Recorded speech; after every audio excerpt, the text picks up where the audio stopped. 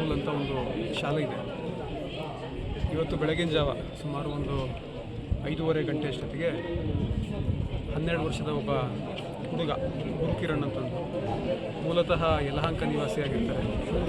ಬೆಳಿಗ್ಗೆ PT ಸಮಯಕ್ಕೆ ಅಂತಂದು ಬಂದಾಗ ಅನುಮಾನಾಸ್ಪದವಾಗಿ ಸಾವನ್ನಪ್ಪಿದ್ದಾರೆ ಅಂತಂದು ಅವರ ತಂದೆ ತಾಯಿಯಂದರು ಕೂಡ ಅಲಿಗೇಷನ್ ಮಾಡ್ತಾಯಿದ್ದಾರೆ. ಸ್ಕೂಲ್ ಮ್ಯಾನೇಜ್ಮೆಂಟ್ ಮೇಲೆ ಮತ್ತು ಒಬ್ಬರು ಟೀಚರ್ ಮೇಲೂ ಕೂಡ ಅಲಿಗೇಷನ್ ಮಾಡ್ತಿದ್ದಾರೆ. ಅವ್ರ ಸಂಬಂಧಿಕರೆಲ್ಲ 40-50 ಜನ ಇದ್ದಾರೆ.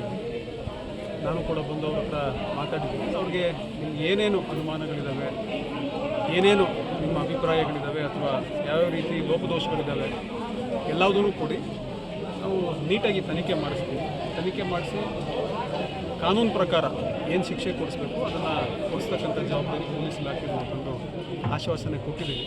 ಸೊ ನೆಕ್ಸ್ಟ್ ಏನು ಕಂಪ್ಲೇಂಟ್ ಕೊಡ್ತಾರೆ ಅದನ್ನು ತಗೊಂಡು ಇನ್ವೆಸ್ಟಿಗೇಷನ್ ಪೊಲೀಸ್ ಇಲಾಖೆಗೆ ಯಾವುದೇ ರೀತಿ ದೂರು ಆ್ಯಸ್ ಆಫ್ ನೋ ಬಂದಿಲ್ಲ. ಬಟ್ ಚೆಕ್ ಮಾಡಿ ನೋಡ್ಬೇಕು ಇದೆಯಾ ಅಂತಂದು. ಸಾಕಷ್ಟು ಅಲಿಗೇಷನ್ಸು ಬೇರೆ ಪೇರೆಂಟ್ಸ್ಗಳು ಹೇಳ್ತಾ ಇದ್ದಾರೆ. ಸೊ ಶಿಕ್ಷಣ ಇಲಾಖೆಯ BO ಕೂಡ ಬರ್ತಾ ಇದ್ದಾರೆ. ಅವರು ಕೂಡ ಬಂದು ಯಾರ್ಯಾರು ಪೇರೆಂಟ್ಸು ಏನೇನು ಸಮಸ್ಯೆಗಳಿದೆ ಅಥವಾ ಅವ್ರ ಮಕ್ಕಳಿಗೆ ಏನಾದರೂ ಸಮಸ್ಯೆಗಳಾಗಿದೆಯಾ ಅಥವಾ ಇಲ್ಲಿಗಲ್ ಆ್ಯಕ್ಟ್ಸ್ ಆಗಿದೆಯಾ ಅಂತಂದೂ ಕೂಡ ಪರಿಶೀಲನೆ ಮಾಡ್ತಿದ್ವಿ.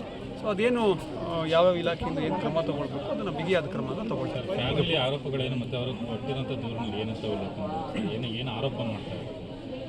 ಅದೇ ಒಬ್ಬ PT ಟೀಚರು ನಮ್ಮ ಮಗನಿಗೆ ಹಲ್ಲೆ ಮಾಡಿದ್ದಾರೆ, ಆದ್ದರಿಂದ ಡೆತ್ ಆಗಿದೆ ಅಂತಂದು ಫ್ಯಾಮಿಲಿ ಮೆಂಬರ್ಸ್ ಅಪ್ಪ ಅಮ್ಮ ಮತ್ತು ಅವ್ರ ಸಂಬಂಧಿಕರು ಹೇಳ್ತಾ ಇದ್ದಾರೆ. ಏನು ಕಂಪ್ಲೇಂಟ್ ಇದೆ ಕೊಡಿ, ಅದನ್ನು ಪೋಸ್ಟ್